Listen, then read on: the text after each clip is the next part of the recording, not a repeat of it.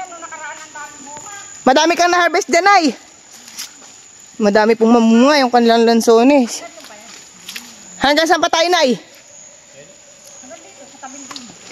Tapos ang pinaka-boundary po natin dito sa tabi ay yung ilog. Ay, maganda pala dito Pag daw sinukat pag ito, may madadala ka pala sa kabilang. Ay, mas maganda pala dito na magbabuyan, ano? Maganda dito pag bababuyan. Kaya nga po. Ay, Yun ang angkuhan ko dito. Sabi ko ganda magbabuyan. Kani Kuya Kagapo, maganda dito ay baboy. saka manukan. Maanukan. Ay, yung mga panabong po na, yung itong, ano pong ito, ang ganda. Maganda rin. Kaya nga po. Tsaka pati kababaan pa rin po ang niyog, oh. Marami ka naman na nalulukad din, eh. Nasa ilang kabuo po? Yung kuha ng nakadalawang karga. Dahil hindi pa naman namumungay mababa. Ay, nasa ilang kabuo na yun, Nay? 800. 800 kabuo na niyog. Ang nalulukad. Mga kalamansi doon ang namumulaklak na. Ay, oo nga po, no. So, marami rin ditong fruit-bearing trees. Ayan po, oh. Kabayang matikit. Ito po ay meron pong 250 kapuno ng nyog, meron pa pong hindi namumunga, at meron lang pong namumunga. So regarding po kay nanay, nakakadalawang karga. O nasa 800 kabuong nyog po yung kanilang na-harvest dito. Then meron po itong 9 na kapuno ng lansones na hitik itong mamunga. So nakapag-harvest po sila dyan ng taglansonesan. So yung boundary po natin dito pa po sa may ilog. Ang kagandahan po dito yung sa atin ay mayroon pong flatland, may slope. Then doon po sa may bandang ibabaw ay kapantayan po. Then meron lang po din na ano doon yung medyo palusong na maigi. Hindi naman creek. Balik ka po. Balik ka ba sila Maymay? Hindi, doon tayo makakada. Oho. So makikita nyo po, ito po yung pinakang boundary. Bali, inikot ko po. Makikita nyo po doon mula doon sa harapan. Sa meron pong kasikbay ng barangay hall, hindi pa man po tapos yung barangay road, pag yun po ay tinapos, papunta dun sa mismong barangay hall, ay halos tabi na po tayo ng barangay road. Pagbaba mo ng sasakyan, property mo na. Pero sa ngayon, baba ka muna sa sasakyan, lakad ka ng konti, papunta sa property mo. So ang kagandahan po dito, konting linis lang to eh. Makikita niyo na po yung kagandahan nitong property. Ayan. Hindi, gustong painginin na yun. So ito po yung part na halos kapantayan din. Nay, ito po ba pag nabaha, pag nalaki ang tubig, baha po dito? Hindi po naabot. Kahit po nung bumagyo? O, yun po maganda. Ano po, malaki po ang ano ng ilog. Hindi po nilalagay yung mga baboy dyan sa kabila pag nabaha. Pag ibig sabihin po, kapag lumalaki ang tubig o nagkakaroon ng bagyo, yung mga hayop nila halos dito na po nilalagay o inuula. Ayun ba ang magandang kagandahan dito sa property natin. Alam po natin na kahit bumagyo, hindi po inaabot ng tubig. So, punta tayo doon na sa kabila. Dito ko sa kabilang part. Apo, ikutin na natin. Para at least ay kitang-kita po natin yung buong property. Alam mo po ba yung nanay yung kagahapon? Nanakaw ka na po nanay. So, ipapakita ko po sa inyo yung pinakang ilog natin. Ayan po yung ating sapa-sapa. Oh, may puno pa rin dito ng lansones na yun. 3 pa yan. Oh, 9, 10, 11 na. 11 na yung puno. Matamis ba yan, Nay? Ha? Matamis. Matamis. Marami. So, ito po yung ano natin. Ito yung ilog natin. So, may makikita po kayo mga deep well nila dyan na pinagkukunan po nila ng kanilang dagsawin o kanila po mga panghugas sa pagkain.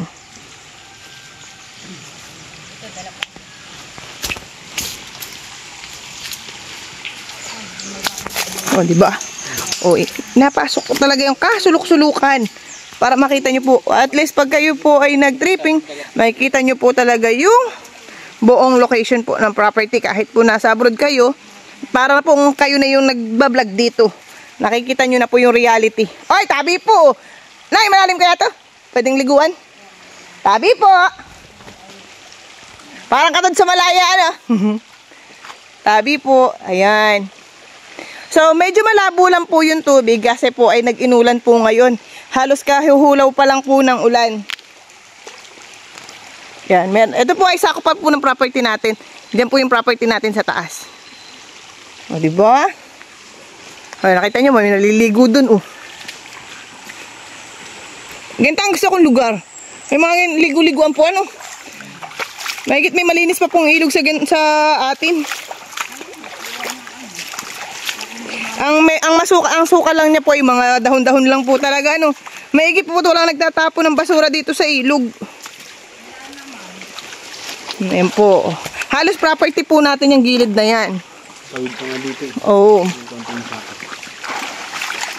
Yan, iniikot ko na po talaga para at least kitang-kita nyo po. Para pag nag-tripping po tayo, kung ano po yung nakikita nyo po dito sa vlog ko, yun po ang makikita nyo sa reality.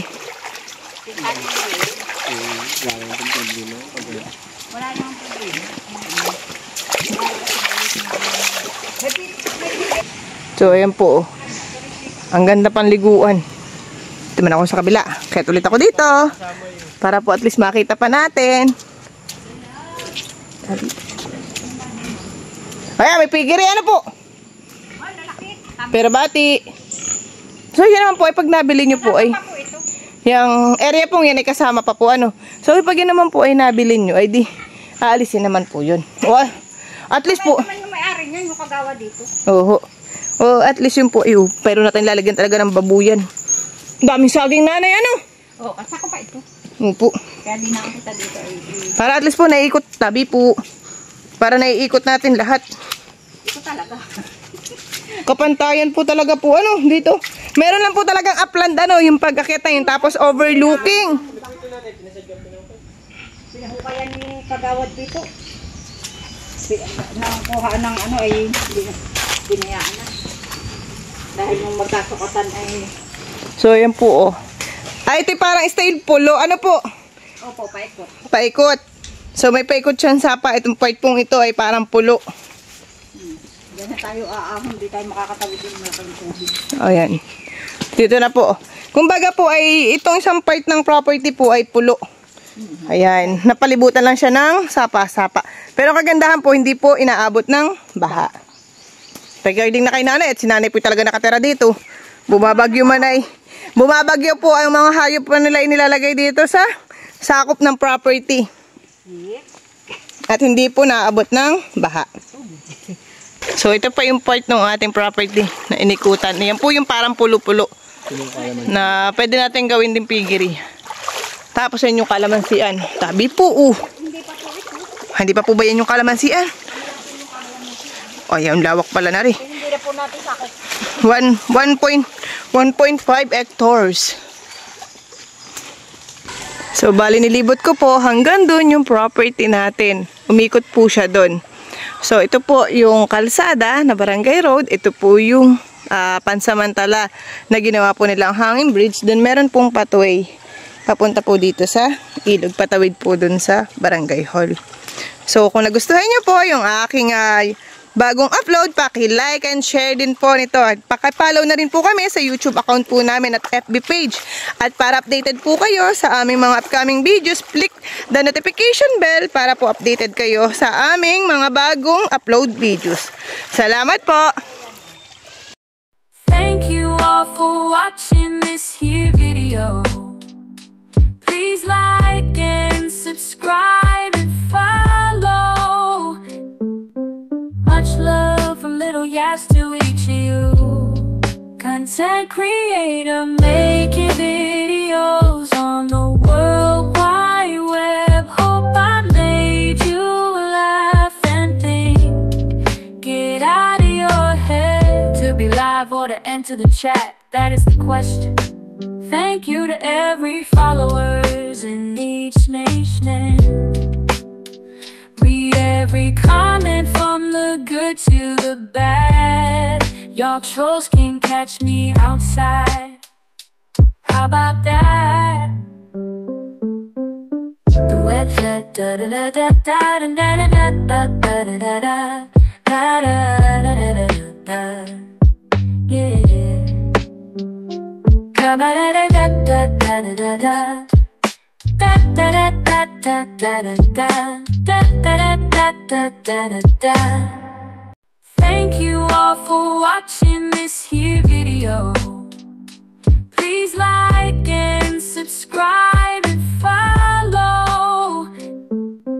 Much love from Little Yas to each of you. Content creator making videos on the World Wide Web. Hope I made you laugh and think. Get out of your head. To be live or to enter the chat, that is the question. Thank you to every followers in each nation. Read every comment from the good to the bad. Y'all trolls can catch me outside. How about that? The wet da da da da da da da da da da da da da da. Yeah. Come on da da da da da da da da da da da da da da da da da.